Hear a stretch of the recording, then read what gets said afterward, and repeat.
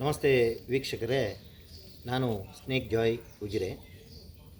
ಇವತ್ತು ದಿನಪತ್ರಿಕೆಯಲ್ಲಿ ಓದಿದಂತಹ ಒಂದು ಖೇದಕರ ವಿಷಯ.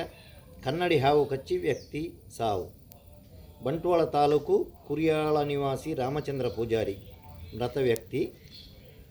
ಅವರಿಗೆ ಕನ್ನಡಿ ಹಾವಿನ ಮರಿಯೊಂದು ಕಚ್ಚಿ ಅವರು ಮೃತಪಟ್ಟ ಘಟನೆ. ಈ ಬಗ್ಗೆ ಸ್ವಲ್ಪನೇ ಮಾತಾಡಲಿಕ್ಕೆ ಅಥವಾ ನಿಮಗೊಂದು ಮಾಹಿತಿ ಕೊಡಲಿಕ್ಕೆ ಇಚ್ಛೆ ಪಡ್ತೇನೆ. ದಯವಿಟ್ಟು ಯಾವುದೇ ಒಂದು ಹಾವುಗಳ ಬಗ್ಗೆ, ಹಾವುಗಳ ರಕ್ಷಣೆ ಖಂಡಿತ ನಾವು ಮಾಡಬೇಕು. ಹಾವುಗಳು ನಮ್ಮ ಮನೆಗೆ ಬಂದಾಗ ಒಬ್ಬ ಉರಗ ರಕ್ಷಕರನ್ನು ನಾವು ಕರೆಯುವಾಗ ಅವರು ಬರುವುದು ಸ್ವಲ್ಪ ಲೇಟ್ ಆದರೆ ನಾವು ಖಂಡಿತ ಅದರ ರಕ್ಷಣೆಯನ್ನು ಮಾಡಬಹುದು, ಯಾರು ಕೂಡ ಮಾಡಬಹುದು. ಆದರೆ ಆ ಹಾವುಗಳ ಬಗ್ಗೆ ಸರಿಯಾದ ಮಾಹಿತಿ ಬೇಕು ನಮಗೆ. ನಾನು ನಿಮ್ಮಲ್ಲಿ ಕೇಳಿಕೊಳ್ಳೋದಿಷ್ಟೇ, ಯಾವುದೇ ಒಂದು ಹಾವು ಹಿಡಿಯುವಾಗ ಒಂದೇ ನಿಮಗೆ ಆ ಹಾವುಗಳ ಬಗ್ಗೆ ಒಂದು ಮಾಹಿತಿ ಇರಲಿ. ಅಂದರೆ ಈ ಹಾವು ವಿಷಪೂರಿತವ ವಿಷರಹಿತವ ಅನ್ನೋದು ಮಾಹಿತಿ ನಿಮಗೆ ಇರಲಿ. ಇಲ್ಲದಿದ್ದರೆ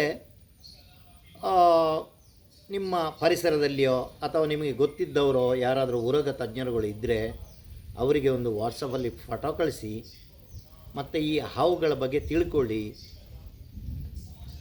ಮತ್ತು ನಿಮ್ಮ ಕೆಲಸವನ್ನು ಮುಂದುವರಿಸಿ ಅಂತ ಹೇಳಿಕೊಳ್ಳುವಂಥದ್ದು. ಯಾಕಂತೇಳಿದರೆ, ದಯವಿಟ್ಟು ತಿಳಿಯದೆ ನೀವು ಒಂದು ಕೆಲಸ ಮಾಡಿ ಈ ಉರಗ ರಕ್ಷಣೆಗೆ ಅಂಥೇಳಿ ಹೊರಟು ನಿಮ್ಮ ಅಮೂಲ್ಯವಾದ ಪ್ರಾಣವನ್ನು ದಯವಿಟ್ಟು ಕಳ್ಕೊಳ್ಬೇಡಿ. ಒಳ್ಳೊಳ್ಳೆ ಉರಗ ತಜ್ಞರುಗಳು ಬರೆದಂತಹ ಪುಸ್ತಕಗಳು ಇದ್ದಾವೆ. ಆ ಪುಸ್ತಕಗಳನ್ನು ಓದಿ ಆ ಹಾವು ಯಾವುದು ಅಂತ ತಿಳ್ಕೊಳ್ಳಿ ಮೊದಲೇ.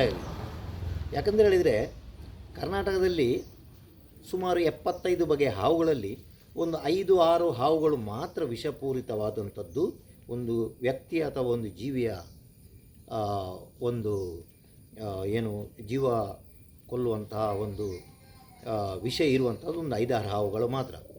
ಮಿಕ್ಕ ಎಲ್ಲ ಹಾವುಗಳು ಕೂಡ ವಿಷರಹಿತವಾದಂಥವು. ಅದಕ್ಕೋಸ್ಕರ ನಾನು ಏನು ಹೇಳ್ತಿದ್ದೇನೆ ಅಂತೇಳಿದರೆ, ದಯವಿಟ್ಟು ನೀವು ಇನ್ನು ಮುಂದೆ ಯಾರಾದರೂ ಸಾರ್ವಜನಿಕರು ನೀವು ಸೋಷಿಯಲ್ ವರ್ಕ್ ಮಾಡ್ತಿದ್ದೀರಿ ಅಥವಾ ಉರಗಗಳ ರಕ್ಷಣೆ ಮಾಡ್ತಿದ್ದೀರಿ, ತುಂಬ ಹೆಮ್ಮೆಯ ವಿಷಯ, ಖಂಡಿತ ಮಾಡಿ.